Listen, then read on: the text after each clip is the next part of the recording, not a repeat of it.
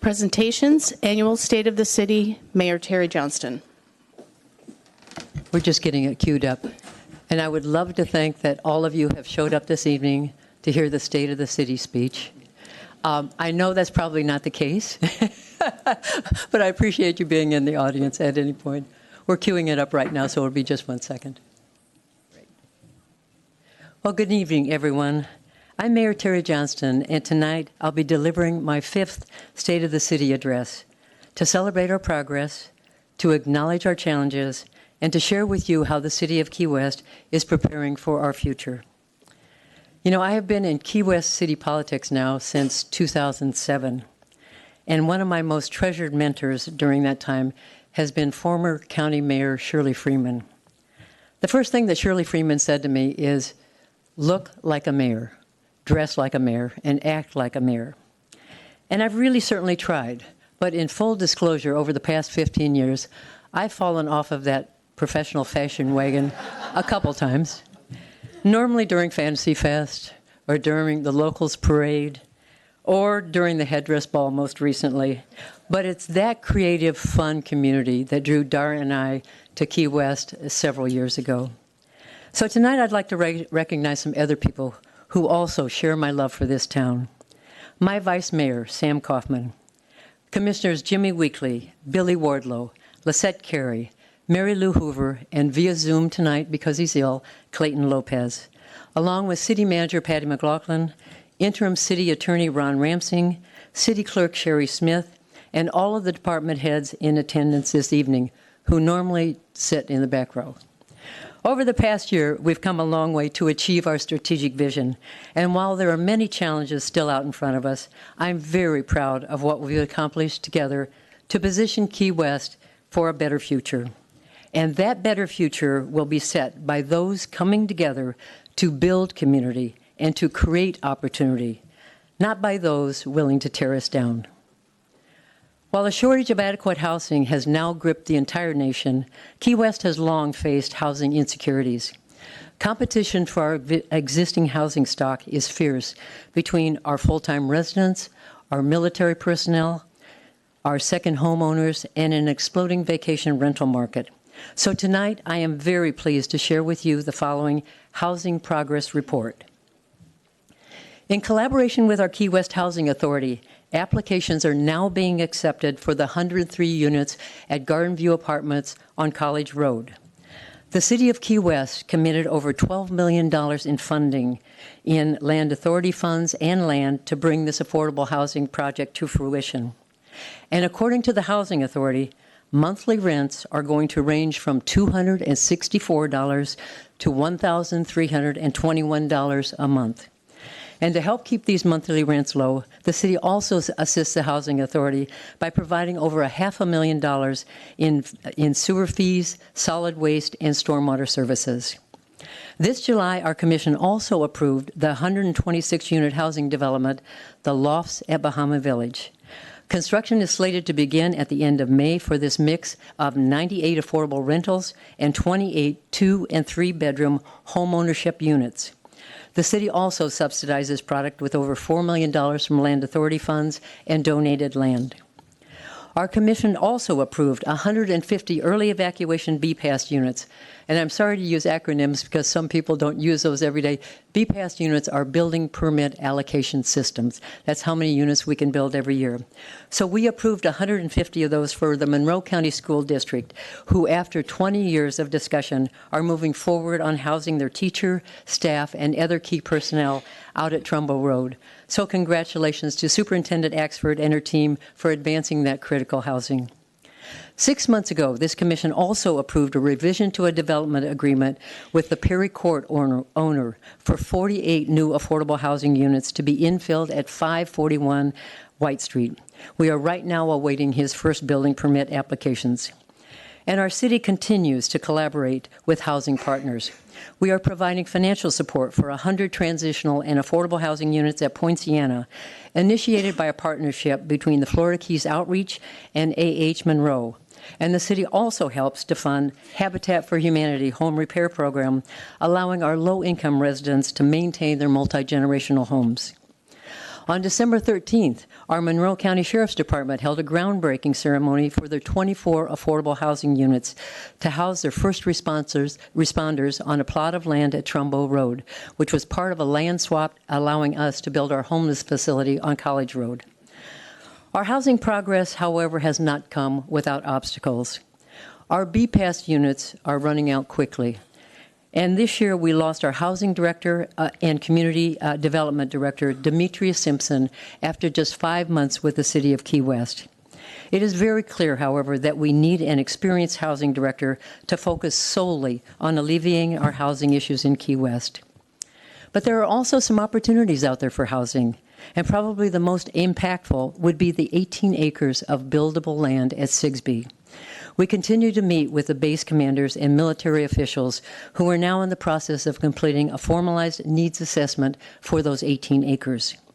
And on February 1st, we will be launching our new computer program, Rentalscapes.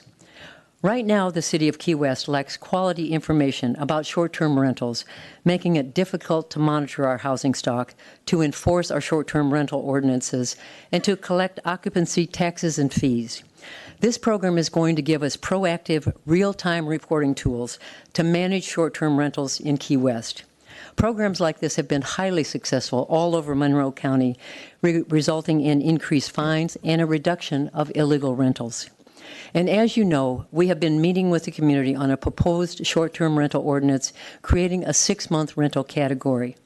Our conversations are going to continue tonight on how we can create more long-term rentals at a price point affordable to our workforce. So let's talk about some of our other strategic objectives from this year. Sea level rise. We will be hiring a full-time sea level rise manager this year to oversee the integration of adaptation into our long-range plans and to lead our sustainability team. This past year, we began our LIDAR data collection on our most vulnerable areas and roads, and later this year, we will be completing our city property vulnerability assessment. For the past 2 years, we have been developing our long-term adaptation strategy to include initiatives on infrastructure and roads, historic and cultural preservation, power and water, housing, economic development, and our environment. And our utilities department, under the guidance of Kelly Crow, is currently working on over $40 million in capital projects, many of these to support our sea level rise mitigation efforts. Our residents certainly understand the urgency to harden our properties. Our Assistant City Manager, Todd Stoughton, reported that Hurricane Ian damaged over 400 Key West homes. It cost us over $4.5 million in debris removal, $300,000 in personnel cost, and over $3 million in projected damages to city property alone. And that doesn't even take into consideration the number of claims that have been filed by our homeowners and our businesses in Key West. To help harden the properties against storm effects, we adopted 2 major policies this year, thanks to the diligent work of our historic preservation planner Enid Torgrosa, and our HARC board. We passed legislation to allow the installation of wood, vinyl, and aluminum impact windows in our historic district, and added hardship legislation to make sure that our most vulnerable residents can also afford to protect their homes. Sidewalks and roads. Our Director of Engineering, Gary Volnick, and his team are making great strides to achieve our streets and roads goal, with a budget of over $4 million this year for street and sidewalk repairs and replacements. And to address our environmental protection strategic goal, we've been fortunate enough to partner with the College of the Florida Keys and Dr. Patrick Rice, who has received a second EPA grant to expand our water quality work in Key West. This grant is going to help us monitor water quality in our harbor. It's going to monitor oxybenzoin levels in our water and water quality in and around our mooring fields and our landfill. And we are continuing to focus on solar power in Key West to address the recent spike in electricity cost. And thanks to Allison Higgins, our sustainability coordinator, the nonprofit Solar United Neighbors will be conducting a workshop here in these chambers on January 31st. This group helps to bundle residential solar through co-ops, keeping our costs low for our homeowners. Cleanliness. I couldn't be more proud of this community work in cleaning up Key West this past year. Our citizens, businesses, and military partners participated in over 75 community cleanups. Over 16 individuals and businesses have now signed up for an Adopt the Spot program, and the Mayor's Beautification Committee reconvened to tackle some of our major beautification issues. So thank you, everyone, for all of your hard work. Traffic and pedestrian friendliness. In the first week of December, Transportation Director Rod Delestrenos and his team successfully launched our new on-demand transit system, Key West Rides. This system got over 1,000 hits in the very first week. Right now, you can get anywhere in the city of Key West for $2 with a wait time of less than 15 minutes. Our multimodal coordinator added 120 bicycle spaces as our residents and guests continued to get out of their cars and onto bicycles, scooters, and into electric golf carts, reducing our congestion, pollution, and our noise levels. Key West was also recently honored by being awarded the Bronze Star Award from the League of American Bicyclists for being one of the most bicycle-friendly communities in the United States. But with our vast wealth of resources in Key West, none is important as our youth. We spent last year engaging our youth in good governance. Our Deputy City Clerk, Carrie O'Brien, shared the afternoon with students from Horace O'Brien, explaining the responsibilities of a city clerk, which includes, by the way, responding to over 2,000 public records requests in 2022. We hired 17 Key West High School students as part of the Idle Hands Summer Youth Employment Program, and I had the opportunity to share the role of city government with over 170 eager students from Poinciana Elementary and Montessori School of Key West, and got to spend some quality time reading to Miss Santiago's class at Horace O'Brien. Every one of these interactions gives hope for the future of Key West. In May, 14 Key West High School students graduated from our Key West Firefighters Academy, and our Key West Police Department continues to enrich the lives of children by creating positive relationships between our law enforcement officers and our youth through the Police Athletic League programs.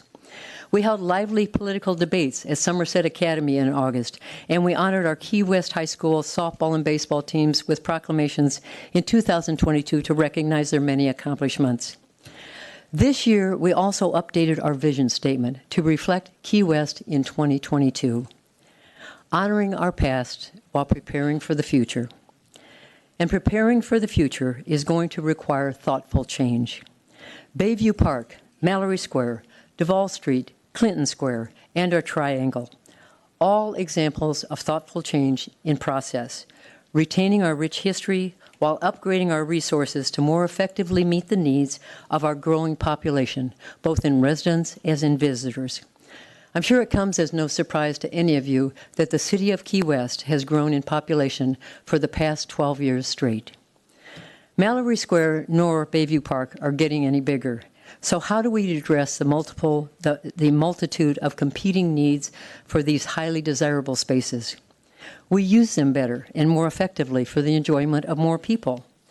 Right now, we have incredible waterfront views being enjoyed by parked cars at Mallory Square, and a spectacular waterfront plaza utilized only 3 hours a day during sunset celebration. And that's why we have hired some of the most competent organizations like Sasaki and Stantec to help us use our existing venues to more effectively meet the needs of a growing community. With some thoughtful change and listening to our stakeholders, Bayview Park will soon be hosting free Friday night movies and band concerts. We'll have open space for soccer practice and yoga classes. We'll have more playground equipment. We'll have upgraded tennis courts, improved park lighting, additional bathrooms, and a new pro shop with park maintenance and security. Our Bayview Park Diamond should share our rich history of talented homegrown ball players with all of those who use the field. And that's an idea that came from David Sloan at our last Bayview Park workshop. And speaking of our ball diamonds, with our overwhelming demand from our youth to our adult leagues, we are now resurfacing many of our fields to increase durability, reduce our maintenance, and reduce our watering requirements. A city that does not value their community input cannot possibly be successful. And that's why we invited you to participate in over 41 workshops conducted in 2022 by our planning, engineering, and finance departments to garner your input and to listen to your ideas. And you have responded as an engaged, excited community that will guide the direction for our thoughtful change. We celebrated a number of milestones in 2022. In March, Key West celebrated our 200th birthday with a series of events culminating in the burying of a time capsule, which we'll find this time, and an incredible drone display. And thanks to the efforts of Paul Menta and his team, we celebrated the rich history with military dignitaries, federal, state, and local elected and appointed officials, and our beloved Prime Minister from Abaco, Bahamas, the Honorable Kurt Daniel Cornish and his delegation. On August 4th, our city was named the 30th Coast Guard city in the United States by the Honorable Admiral Linda L. Fagan, Rear Admiral Brendan McPherson, and Captain Jason Ingram. And many, many thanks to our own Ron Deems, who spent countless hours of work to bring this recognition to the city of Key West. In 2022, our cruise ship schedules were modified to accept only 4 to 6 cruise ships per week. And after 2 years of COVID isolation, Fantasy Fest, Goombay, and the powerboat races all returned better than ever.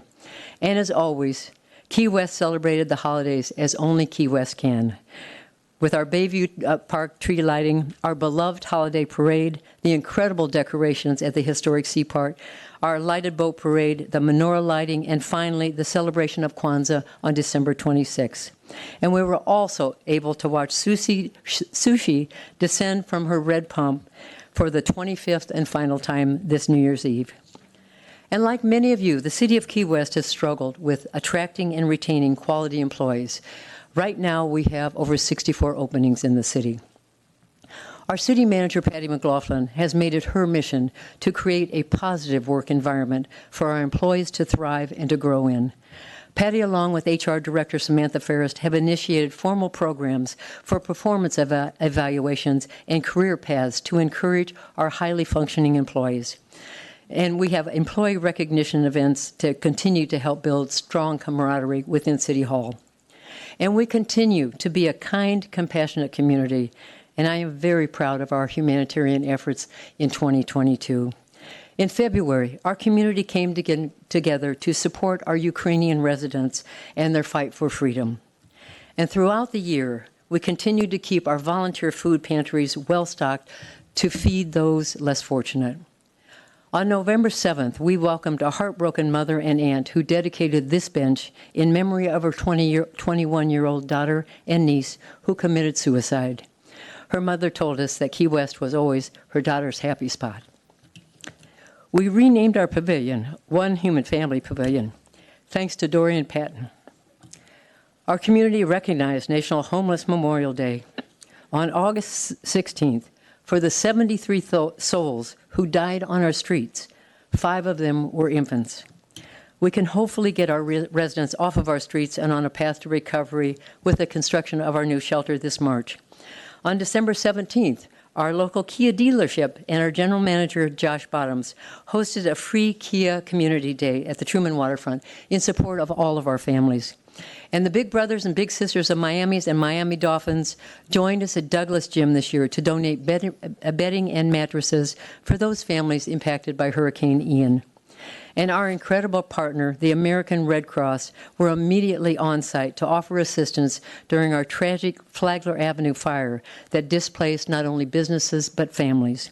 They were also on hand to install life-saving smoke alarms for our residents in the stadium trailer park. But the vast majority of you here tonight have made a major investment to either live or to own a business in the city of Key West. So it's important that you know that we continue to enjoy a strong financial future and that we take our fiduciary responsibilities very seriously. This year, we were able to increase our reserve days from 75 to 82. Our reserve days were depleted after Hurricane Irma. As you can see, our bed tax revenues are up over 25%. Our sales tax revenue, our general fund reserves, and our parking revenue are all in great shape. And as you can see, Key West is very solid, in a very solid financial position. In 2022, our Senior Grants Administrator, Carolyn Sheldon, secured over $6.5 million in grants and $17 million in ARPA funding to lighten the burden on our taxpayers. But all of this represents just a thumbnail sketch of what the Commission and City staff do every single day to make Key West a more livable community. I hope that all of you will pick up the Key West Annual Report highlighting each one of our 15 departments and their accomplishments in 2022. You'll be very impressed. We have achieved much this year, but we also have much left to achieve.